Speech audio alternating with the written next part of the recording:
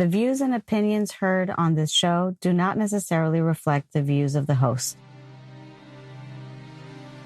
Ladies and gentlemen, welcome back to Real Spiritual Talk Radio. My breathing had stopped for so long that my heart actually ended up stopping. You saw what I did and said that I was going to die. And then I remember being gone. I wasn't there anymore. I sort of lifted up about 6 feet above my body.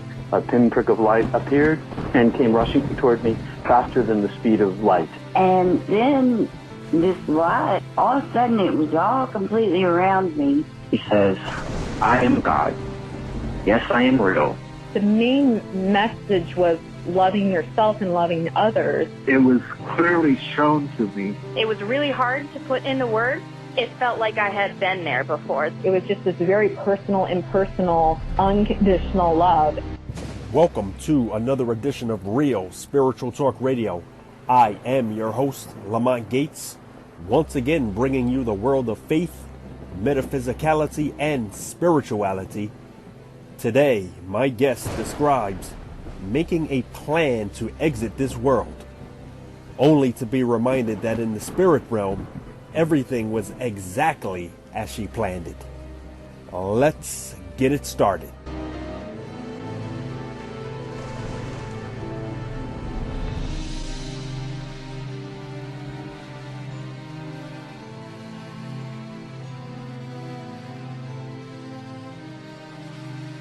Ladies and gentlemen, joining me via telephone is near-death experiencer Susan Redwine.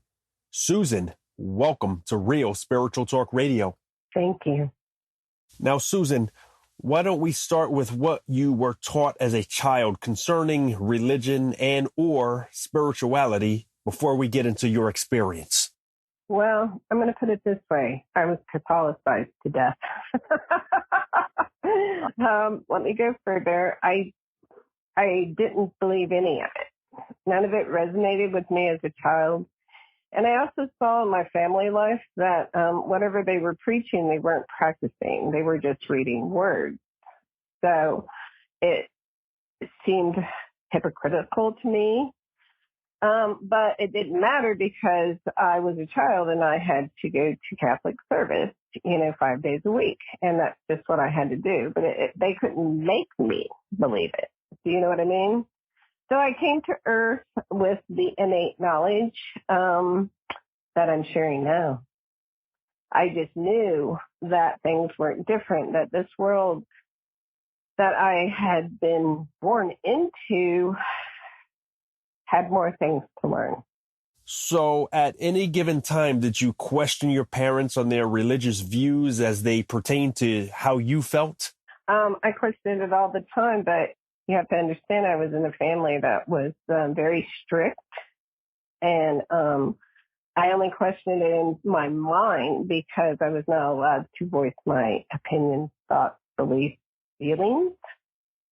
So I had to, let's put it this way, endure it until I was able to leave the homestead.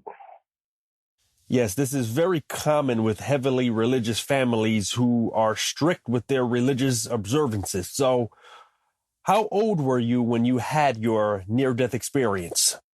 I was right around 35. When it happened, I didn't come back from the experience and write down, this is the date, this is the time, this is what happened to me, because it was too much. Do you see what I mean? It didn't matter. It just mattered that I got up and kept walking. So I would say right around 35.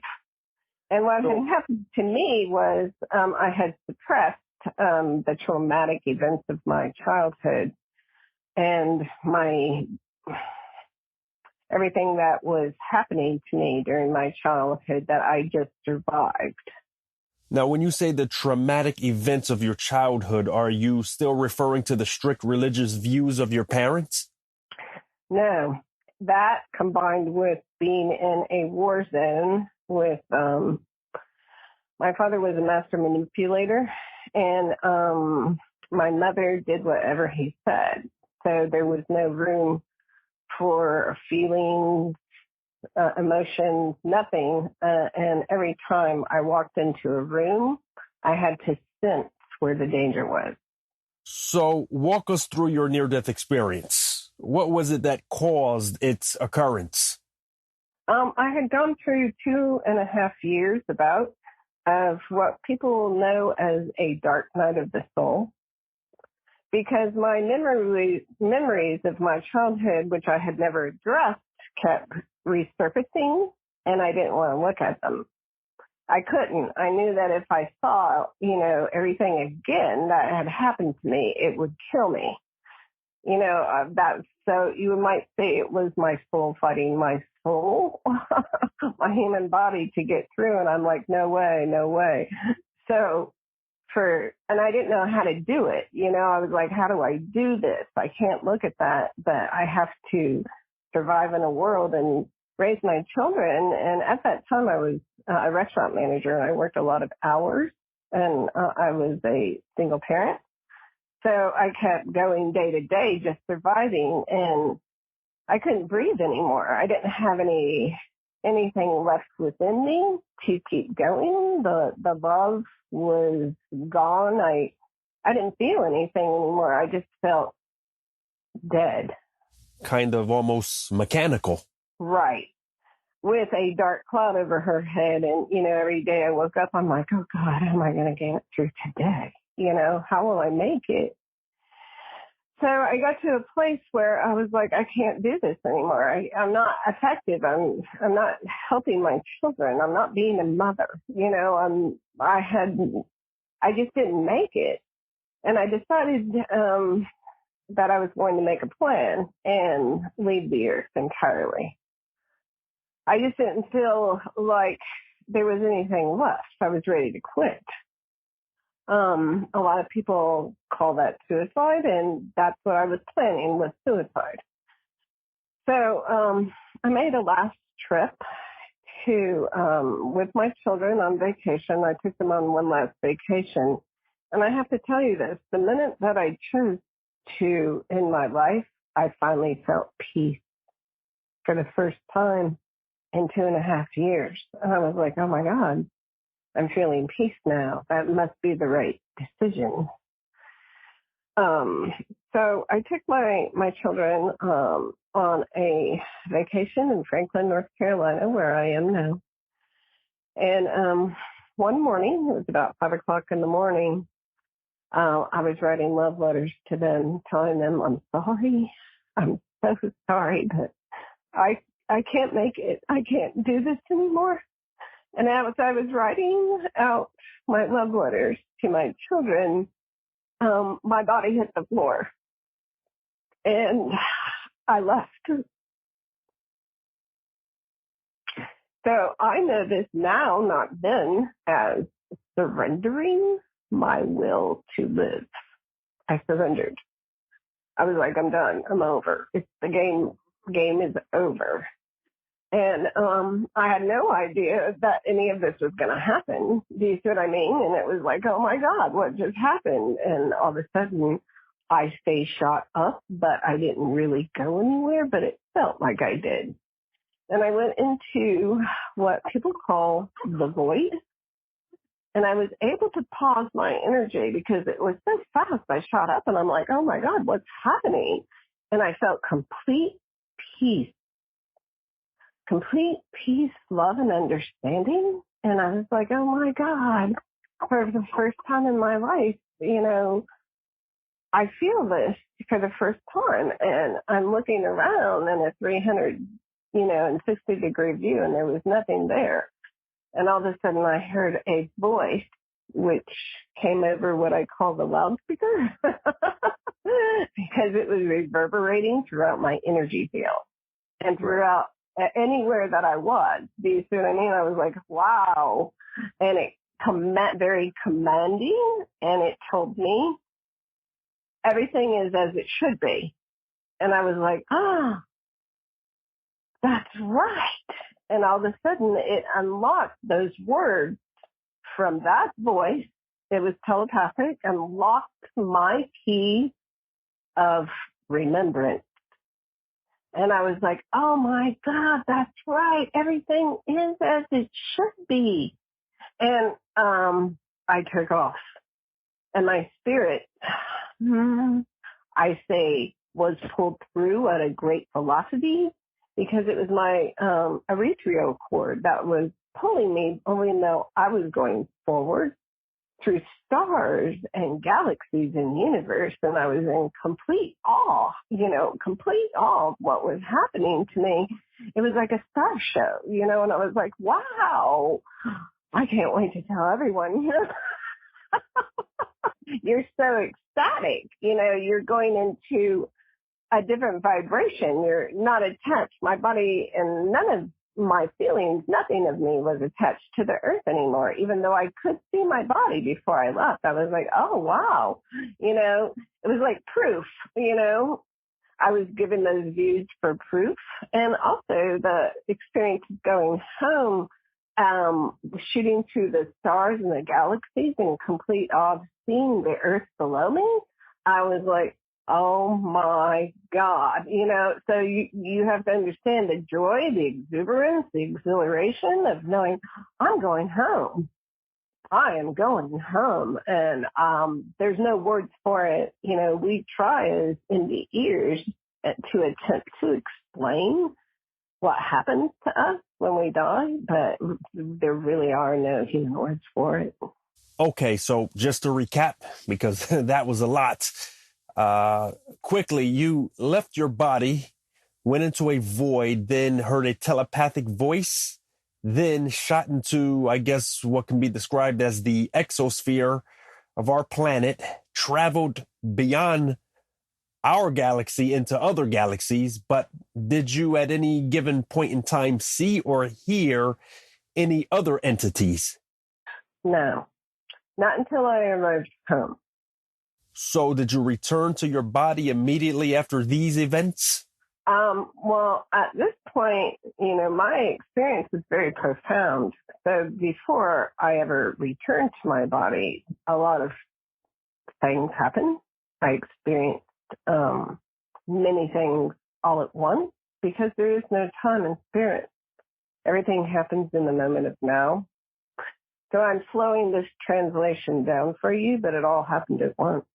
And I arrived home, and there was a saint, but I didn't know this at the time, waiting for me, and he was cloaked in purple burlap, which everything has a significance when you're having a near-death experience to give you clues for later. But he didn't want me to be focused on him, so he hid his energy and led me into a cave-like environment where my spirit body was laid on a table. My spirit energy was laid on a table, and there were 12 souls who were surrounding me in deep purple cloaks, hiding their energy as well. And as I laid there, they put their energy hands over me and started infusing me with unconditional love. Something you were desperately needing at the time, I would say. Well, because it was like an emergency room. Let's put it this way. A lot of people say, were they waiting for you? Yes, they were expecting my arrival. Let's put it that way. I was expected. As they're infusing my energy, I hear water. And I'm thinking, do I hear water? I mean, this is all happening very fast. Then all of a sudden, boom, part of my energy essence went to visit the river of life. And my body's still, on the table.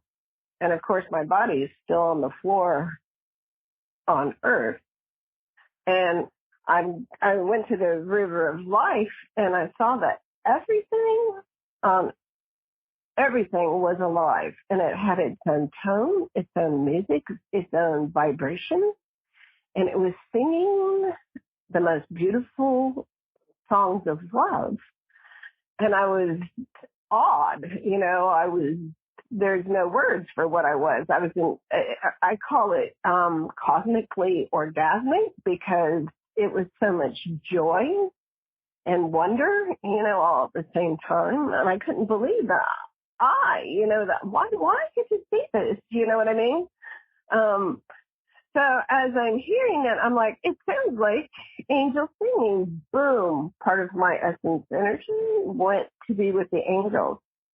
And I'm standing, not standing, but I'm with the angels in my energy essence, and they're all around me singing the most beautiful songs of unconditional love, just in their tones.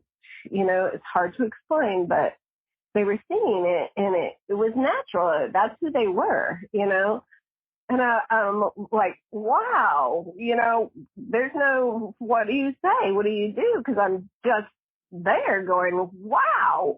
And all of a sudden I thought, are the planets singing? And boom, my part of my energy essence goes to be with the planet of the spheres. The music of the spheres. And I'm like, what is happening? And I see everything in the whole, everything everywhere as connected, as everything has an essence. Each planet, each plant, everything has an essence in a song, and it's singing unconditional love throughout the galaxies and the universes. So I'm I'm in awe of all of this, and, I can't believe it, but I don't even have time to not believe it. You know what I mean? A lot going on at once. Yeah, I was awestruck, That is the definition of awestruck. So all I could do was just be, you know what I mean? And be a witness. Because you have a 360-degree view. There's no eyes or head to stop you. You don't have to turn, You're there. One with everything. I was one with everything, and I was part of it. And I was like, wow, we're all so important. All of us, each of us is so important to the music of the spheres, to the turning of the earth, to everything makes a difference that we do. Do you see what I mean? All this information is coming into my essence and being, and all of a sudden I merged with my higher self. I went to a part of my energy essence, went to the Akashic records and field, and it's a vibrationary, I might say it's a computer system that you plug into. That's the only way I can say it. It's a book of life that is interactive.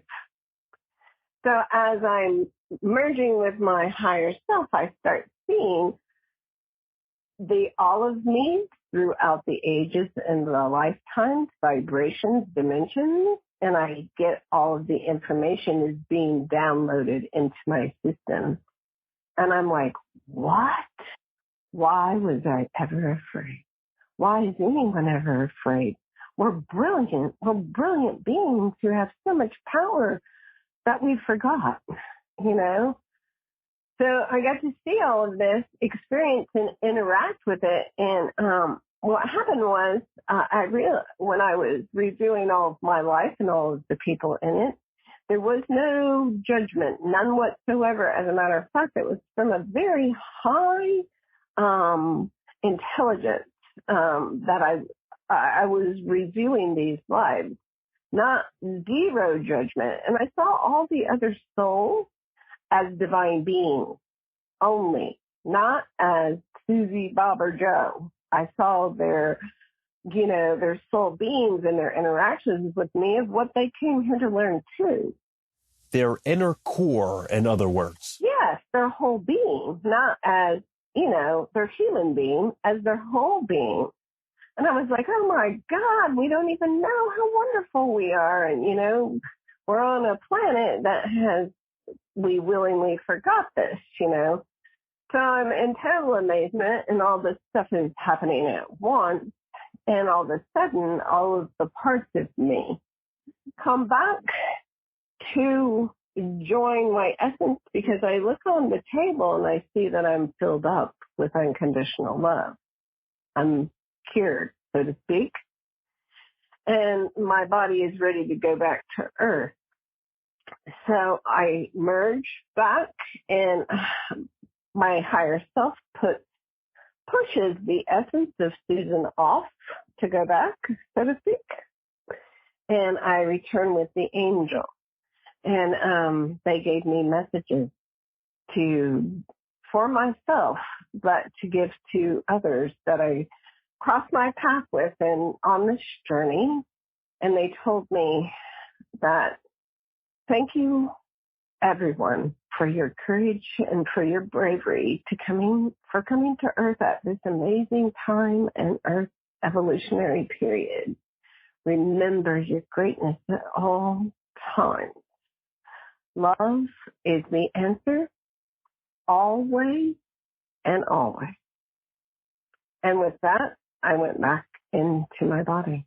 Fascinating. Now, I want to go back a bit before your experience. You say you were writing those love letters while formulating a suicide plan, but did something just take your life that, I guess, canceled that plan automatically? Well, it's called the process of surrendering, even though I didn't know I could do it or anyone could at that point, but at that point I was writing, I was like, I just can't do this anymore. You know what I mean? I was surrendering. I gave up my will to live. So afterwards, did I know? No, too much had happened. Too much had transpired, especially when I got returned to my body. I was like, oh my God, this is a double whammy. Because I didn't want to come back, Some come back with different feelings on wanting or not wanting to communicate their message. What was it like when you attempted to communicate yours? I did not. And I was also guided not to. Because this was, 1980, whatever it was, 89, 90, right around there. I still returned to the same Earth I left. You know what I mean? I didn't return to people who would accept this or even tolerate it. Do you know what I mean? Earth's evolution at that time was not welcoming to this. And for 3 days after my near-death experience, every time I went to sleep or took a nap, anytime the sleep came, boom, I was instantaneously back, and I was being counseled. I was being counseled about how to handle myself and what I had just been through. Not that I remember, because those memories are kept hidden from me, because I'm still in the process. So when I came back, no, I was told, no, you do not say anything, or, it will affect your life, your children's lives, you'll lock you up. The Earth is not ready for this. So, in other words, you were warned not to say anything due to the way others may have perceived you? I was guided. Now, many say they return with a sixth sense or spiritual gift, if you would. Did you return with anything similar? Yes, I came back with many. However, what happened was, at my time period of healing from wanting to leave and from integrating my experience into my human body, just because I knew the knowledge, I didn't know how to do it. You know what I mean? I had, when I came back, I had the same unconditional love for all beings.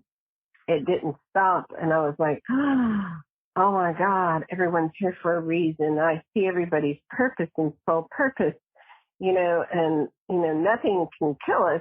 So what are we all afraid of? And I had to learn discernment. Because I had no fear anymore. I saw everyone as a divine being. So I had to learn discernment and know that I'm on a planet that's not tolerate other people's this or that. And, to walk on the earth reverently and with the knowledge. And I knew also that during this time period of the 30 years, walking was very heavy to carry this knowledge and information. But I knew I would also know when the time was right. So because I was in the Akashic records and field, and I was able to step into my experience and everyone else's, I came back with the ability to read others' Akashic records. So let's talk about these Akashic records. For those who are listening that may not be familiar with this title, they are virtually the books of individual lives as in the many lives they've lived on Earth from a reincarnation perspective, would you say? It's all of my life. It's all of the parts of me. So each person has a holy book of life throughout the ages, times, vibrations, dimensions. Because, just because we're talking now in a Earth time that's slowed down in a, very low vibrational field, everything is still happening all at once, even though we do not realize it. Yes, I understand that what we may perceive as periods are actually touching other time periods. Yes. So all of those past lives that came back to me, it's the same thing as those pieces and parts of me that had gone to other places while I was in the vibration of creation. Those pieces and parts of me reintegrated into my system, and I got those memories. So I'm able to call on the other parts of me, their strengths and their abilities, their peacemaking, you know what I mean, their knowledge and wisdom. I can call on them and ask them for guidance, and it's me. Going back to Catholicism in your childhood, what did this particular experience do for that? It confirms everything I thought as a child. When I was 5 years old, I went outside, and this is part, very important because I have this clear memory of going outside and, screaming to the heavens or anyone that would hear me, did I choose this life? And if I did, why? Because it was very traumatic. I wanted to know why. And once I saw when I went home that I had made this choice, and I had actually put up my hand and said, use me. I've been used for many things, but mostly I checked every box, that there ever was that anything could happen to anyone, so that I have the ability now to step into someone else's shoes. So those traumatic events were a gift. Do you see what I mean? They were the gift to help others later. Even though, as a child, I had no idea. And no one does. And it goes back to the age-old question of, if God exists, why is there suffering in the world? Right. Well, there is, suffering is only necessary until it isn't. Many may not realize or want to accept, understandably, that suffering sometimes is a premortal choice in order to reach some sort of higher purpose. Right. And suffering it teaches you how everyone else could or would perceive something. It's like, I've been there, I've done that. I can be in your shoes. So I suffered through a lot of tragedies, traumas, earth life things that, everyone else has been through in some way, shape, or form or another. We are connected by our joys, and we're connected by our traumas. We are. That is a truth. So there isn't anyone that's come into my awareness, since then that I cannot, I can step into their shoes, and I have to be able to read their Akashic records. It goes hand in hand. Do you see what I mean? Well, Susan, I want to thank you for your marvelous account, and I am certain it will resonate with others who have similar life experiences, as well as those who do not. I can certainly feel the contrast of emotions in you, from the sadness in your voice from when you were attempting to write those suicide notes, to the joy that's in your voice after your return from this spiritual realm.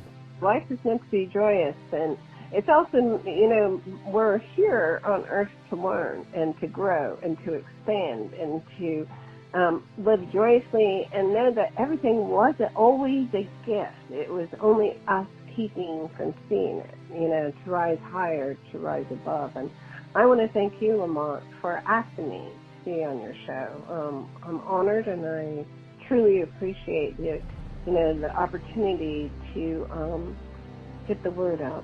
Thank you. Ladies and gentlemen, Susan Redwine. And I want to thank you all for tuning in. I know it's been a while, but rest assured I will continuously, to the best of my human power, to continue to bring you quality near-death experience accounts. So with that said, I am your host, Lamont Gates, and this is Real Spiritual Talk Radio. Now, signing off.